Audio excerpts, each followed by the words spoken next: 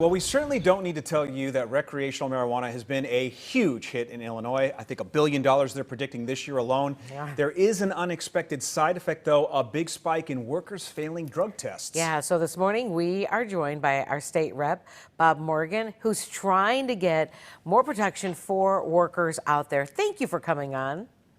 Of course. Thanks for having me. Yeah, so these numbers show a 17% increase in workplace drug violations. I mean, how can this happen? Marijuana is legal here in Illinois. That's what a lot of people are hearing that and they're thinking that. Right. And what we do in Illinois is we test for use, not impairment. This is not unique. A lot of states do this. But if you fail a drug test, cannabis can stay in your system for up to 30 days. So that test is not indicative of you being impaired. It just means you used a legal substance outside of work. Yeah, I read an article that cited your bill, and I was really struck by the fact that the president of the Illinois Chamber of Commerce is against the idea. He thinks it'll open the door to more people using weed. Hello, sir. $1 billion in sales this year. I got news for you. A lot of people are already using weed. So what was your motivation even attempting to change the law? What's your ultimate goal? What do you hope to accomplish? Well, the real motivation behind this came, believe it or not, from medical cannabis patients. Of course, we're a legal state now. You can use it regardless of who you are, as long as you're over the age of 21. But what I've heard for years is from medical cannabis patients who struggle with the same concept. People who use medical cannabis over the weekend or at night to help their pain and their ailments, who come into work the next day, who might fail a drug test, and then not only have to worry about their medical condition, then have to worry about losing their job. And that really was the true motivation for me originally, so we could provide some relief. I think everyone agrees we shouldn't have impaired workers at the workplace. This allows to continue that impairment standard. But what it does is it takes away the element of the fact of somebody who uses cannabis days or sometimes even weeks earlier, who then might still lose their job. We shouldn't have that. It's not fair. It's not equitable.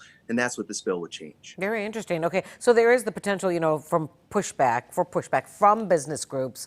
And, we've seen concerns that changing the law could undermine their protection. So should they be concerned? Do they have a right to be concerned?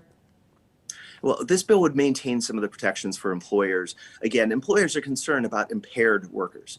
This would preclude anyone who's impaired from these kinds of protections. So if you're impaired, if you are imbibing cannabis right before you go into work, you're going to fail that drug test by such a degree in the same way you would fail a drug test if you were driving a car.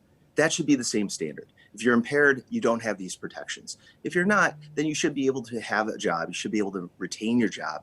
And employers are protected, notwithstanding all of that. Okay, so the article I read cited a ComEd employee who he admitted, yes, I use recreational marijuana on my own time on the weekends. He tested positive. He said he could not find a lawyer willing to touch the case. You yourself are an attorney. What advice would you have for somebody who finds himself in similar situations or circumstances where they've failed a workplace drug test? What would you advise them to do?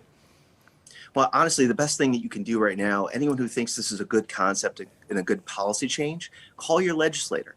Passage of House Bill 4116 is the best protection for the employee, like the one that was mentioned in that article. Right now, there are no protections. An employer can completely, and with a complete consistency with the law, fire somebody and choose not to hire someone if they fail a drug test. Are there we need to change that. I'm sorry, I didn't mean to interrupt you. Do you think there are still some jobs out there, though, where maybe marijuana restrictions should apply? Yes, I think this law, ultimately, when we pass it, is going to have protections for safety-sensitive positions. Again, those that are going to be excluded from these types of protections.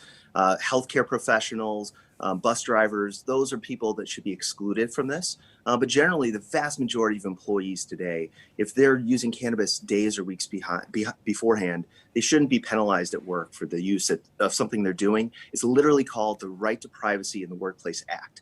We do it for alcohol. We should do the same for cannabis. Well, with a lot of people working from home during the pandemic and with weed becoming legal during that stretch, it's going to be a real interesting next set of months when they are going back to work and whether or not they will be subjected to those type of tests. State Representative Bob Morgan, thanks so much for your time this morning. Appreciate it. Thanks for having me. You guys have a great day. You too.